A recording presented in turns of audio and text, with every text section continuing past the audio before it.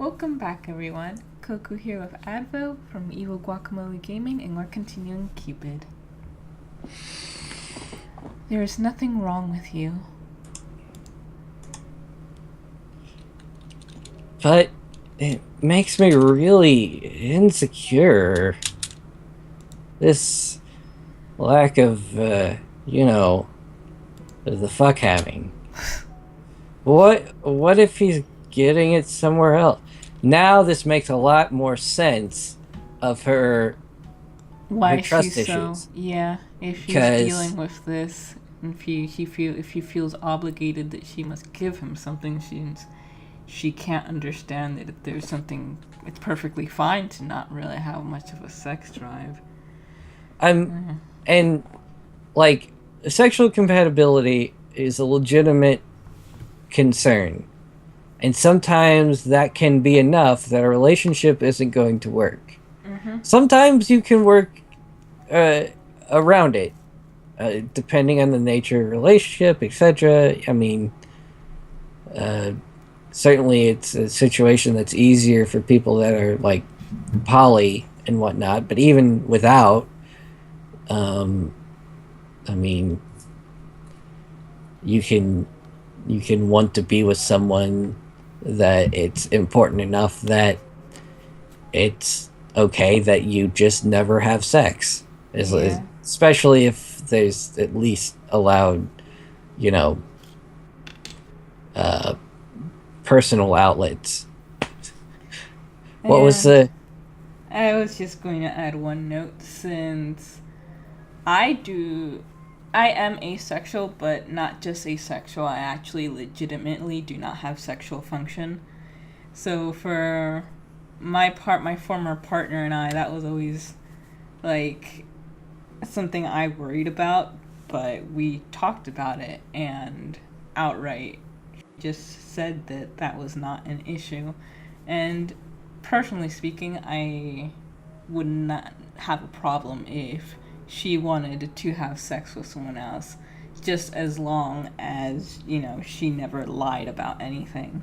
Which is why I feel that more than anything, even more than just the strength of your emotion or love for someone, communication and honesty is the most important thing in a relationship. And that is what these two are completely lacking, which Yeah, is the primary reason it's falling apart. yeah, because you see what this conversation ends up being when they fight. It's you're cheating, and no, I'm not. You're being unreasonable. It's not.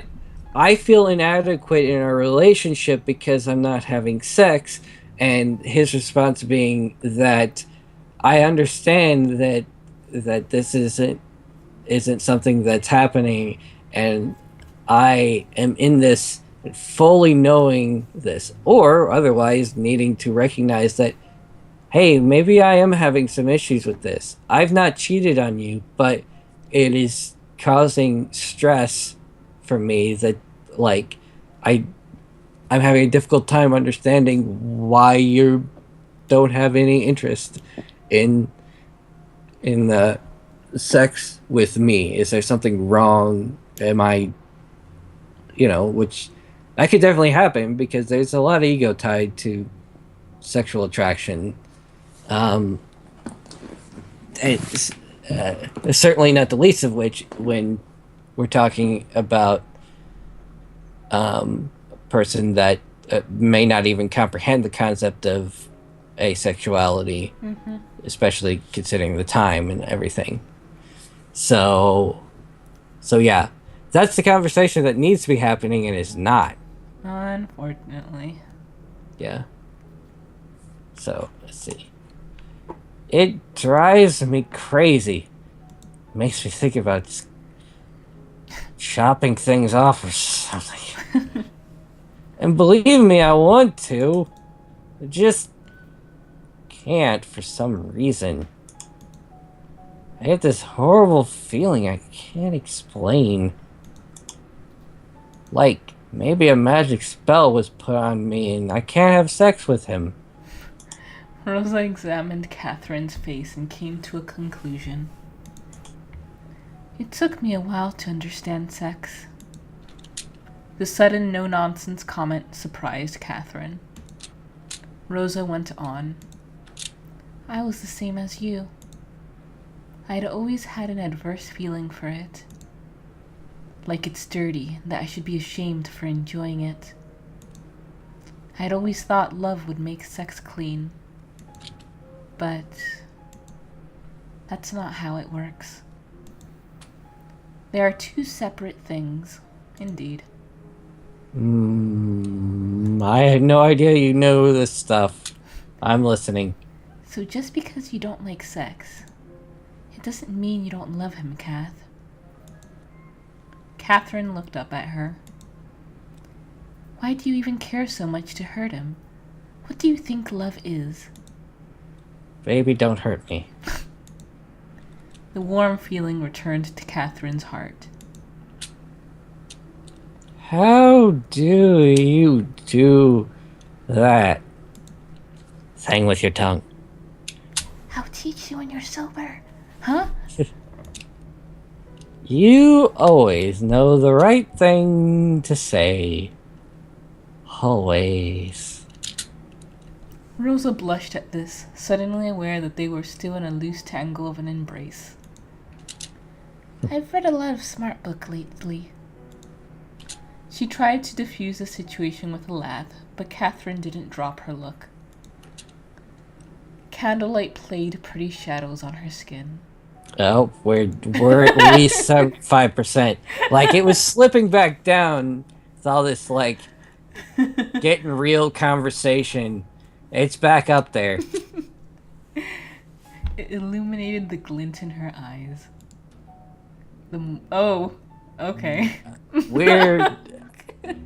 At 95%. Yeah. Then moist on her lips. Rosa felt the warmth of the alcohol rise up to her face. Her heartbeat increased steadily.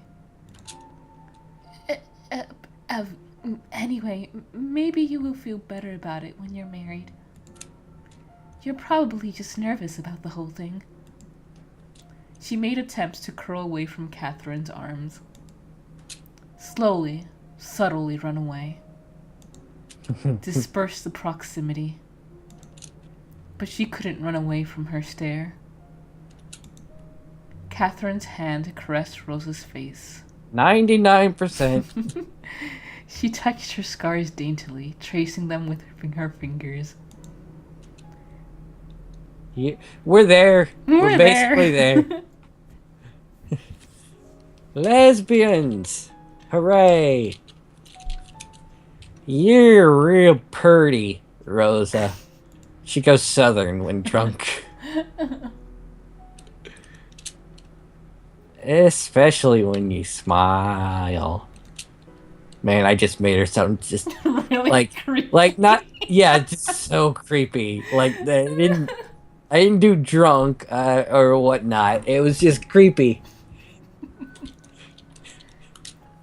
Thank you, I think.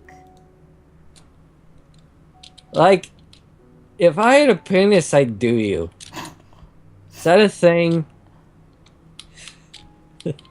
I don't Sure, even there's know. magic for it. As long as I don't have to choke on needles. Ugh. Okay.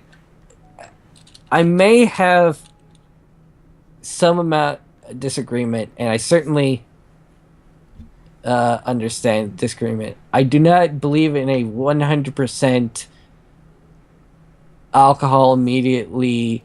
You can't have sex because it's impossible for any sort of consent. I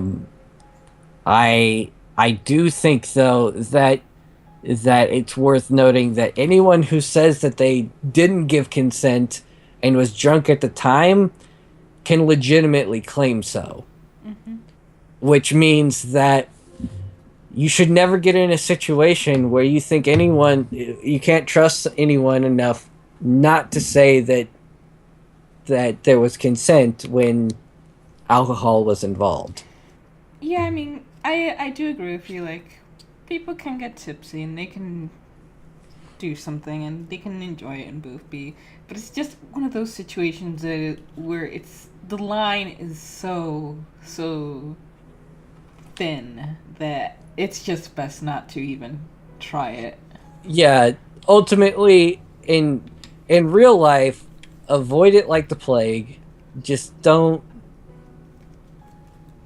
like, I mean, it's much more, especially if it's somebody you've never been with and they're, you know, this is this feels a little bit different because at least they're people that they've known each other for a long time, and they don't have a relationship that, while technically Catherine kind of has a higher social standing, they really do view each other basically as equals.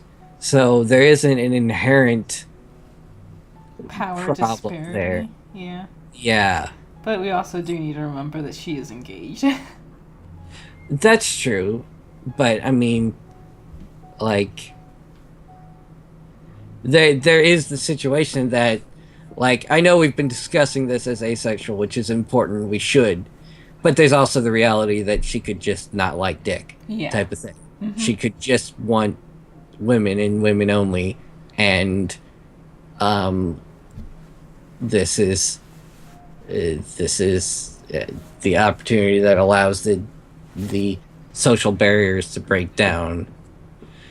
The difficult part about alcohol is it breaks down barriers, but consent is one of those barriers that can be broken down. Yeah. Mm-hmm.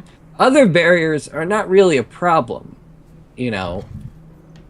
Um, I mean, there is the barriers of, like, not cheating, and that can be a distinct problem. Um, though I wonder how either of them would uh, view woman-woman relationships, given the time and everything. Like, is it even possible for them to view it as cheating? And not that I would disagree, or not that I would say that I would agree. If you have a monogamous relationship and you have sex with somebody of the same gender, that doesn't mean it's not cheating. But I'm curious what They would the think. parties involved think. Yeah. And it's kind of interesting because, yes, Catherine's immediate thought, I mean, it's kind of fair, I guess, but as someone who did not grow up in a society in which that would be depicted or acknowledged, that she herself did start thinking, oh, this is going somewhere um, vaguely romantic and or sexual, I should back away. That it even came into her mind is sort of interesting, because I feel that people in this sort of situation wouldn't until it actually became distinctly physical.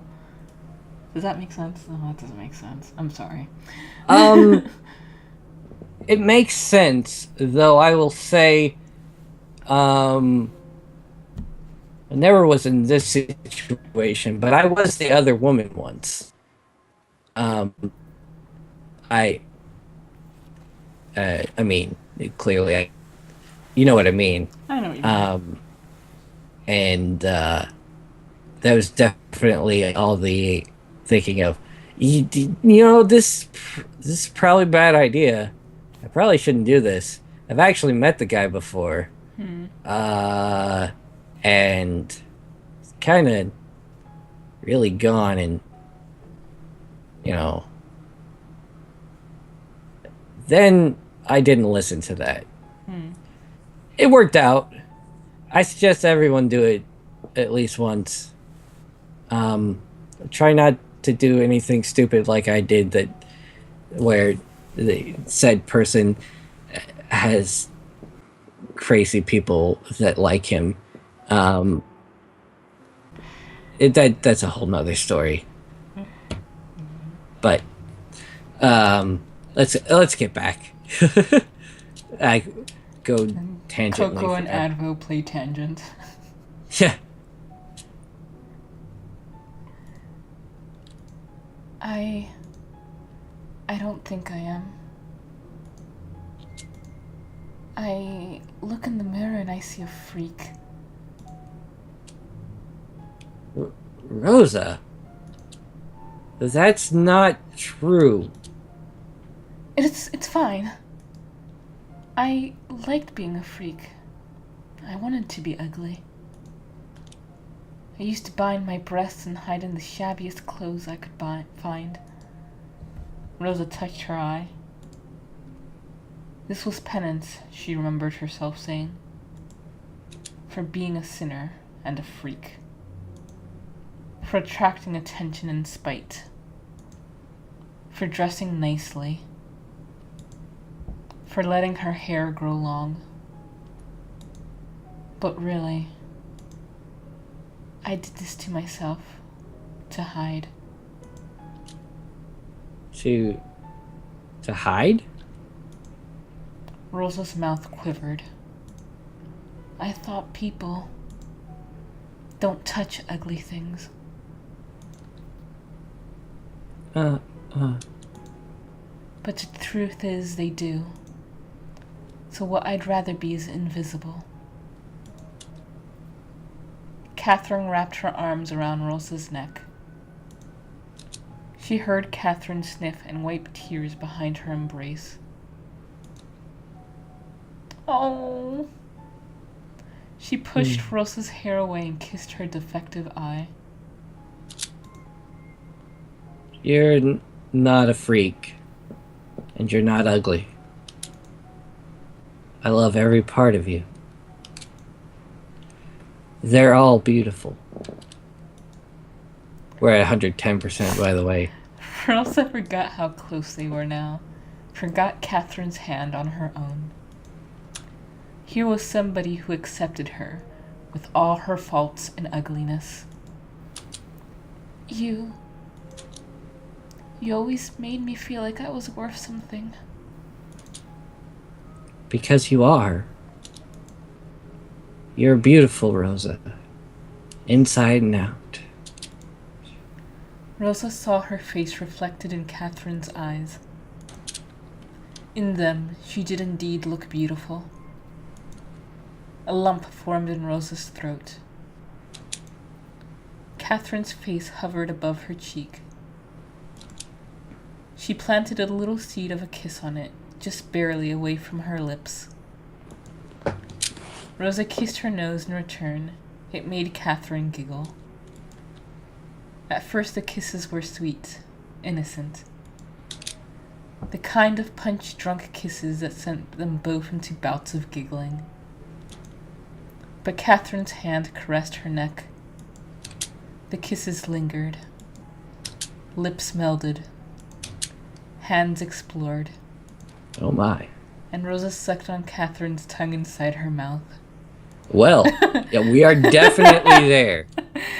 Victory! Wine. Candle wax. Spit. Yum. That was what it tasted like. Rosa's head began to swoon. Catherine's hand squeezed her right breast. Tripe. Grapes. Plush. Ooh. Rosa began to taste more of her. Longing. Regrets. Tears. A sensational flavor she had never tasted before hovered at the edge of her tongue. Suddenly she was hungry for it.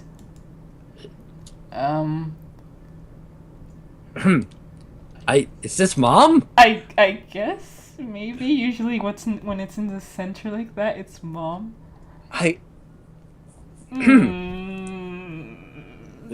Mom, don't watch. Don't watch, Mom. Hey, take it all. Yeah, okay. I feel dirty. Rosa savored the taste. She breathed deeply. All mine. Oh, okay. Here's Mom. This is Mom. I guess that's not Mom. I guess that was. Who was that? I guess that was Rosa. I don't know. I don't Child. know. Yeah, I'm gonna go with that. This is inner monologue. Like, this is her id, basically, I'd say. I want it. Her heart. I want her heart. Her love is sweet. Listen to my voice. Mother? But I'm so hungry. So hungry. Stop! Rosa flung her eyes open. A sinking feeling of menace overcame her. No! Rosa pulled away. She pushed Catherine away from her face. Catherine's eyes snapped open, startled by Rosa's outburst. Why did you stop? Greedy, selfish bitch. She blinked for a few seconds. A look of horror creeped on her face. I'm sorry. I didn't mean. No, Kath. Rosa couldn't stand the hurt in her eyes. She was probably blaming herself. Rosa wanted to shout how wrong she was, but the lump in her throat became a rapacious mouth. A tumor had grown inside her, a parasite. She could feel it pulse and slither inside her neck. She couldn't speak at all. Catherine wobbled off the bed. She wiped her mouth and cheeks, were covered with a thin layer of drool. I'm so sorry, Rosa. I'm gonna leave now. Kath. Good night. Everything's normal. Rosa should have followed It's her. And we will leave that episode there. Things got a little kind of genuinely creepy there. Yeah. We'll see what's going on next time. See y'all then. Farewell. Tasty candy. Wow, that one was in a rush to be killed. Oh my god! He was considering suicide, but then he saw you, and he was like, "Get me!" Take it out of here. No problem here, No problem except here. for Just slave enslavement. labor.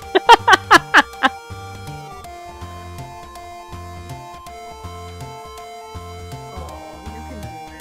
You're gross. I know I can't do it.